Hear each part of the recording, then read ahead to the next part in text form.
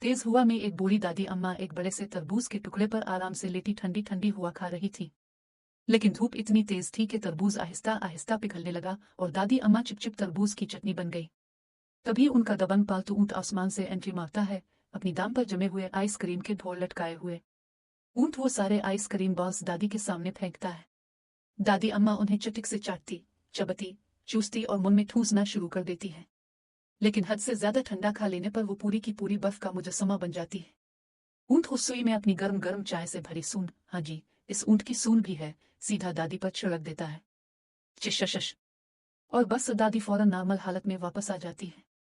लेकिन ऊंट की आंखों में आंसू आ जाते हैं, क्योंकि आपने लाइक और सब्सक्राइब नहीं किया। तेज हुआ में एक बूढ़ी दादी अम्मा एक बड़े से तरबूज के टुकड़े पर आराम से लेटी ठंडी ठंडी हुआ खा रही थी। लेकिन धूप इतनी तेज थी कि तरबूज आहिस्ता आहिस्ता पिघलने लगा और दादी अम्मा चिपचिप तरबूज की चटनी बन गई। तभी उनका दबंग पालतू ऊंट आसमान से एंट्री मारता है, अपनी दाम पर जमे हुए आइसक्रीम के ढोल लटकाए हुए। ऊंट वो सारे आइसक्रीम बॉल्स दादी के सामने फेंकता है। दादी अम्मा उन्हें चटिक से चाटती, चबती, चूसती और मुंह में ठूसना शुरू कर देती है। लेकिन हद से ज्यादा ठंडा खा लेने पर वो पूरी की पूरी बर्फ का मुजस्समा बन जाती है।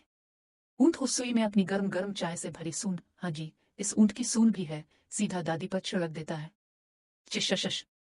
और बस दादी फौरन नॉर्मल हालत में वापस आ जाती है। लेकिन ऊंट की आंखों में आंसू आ जाते हैं, क्योंकि आपने लाइक और सब्सक्राइब नहीं किया।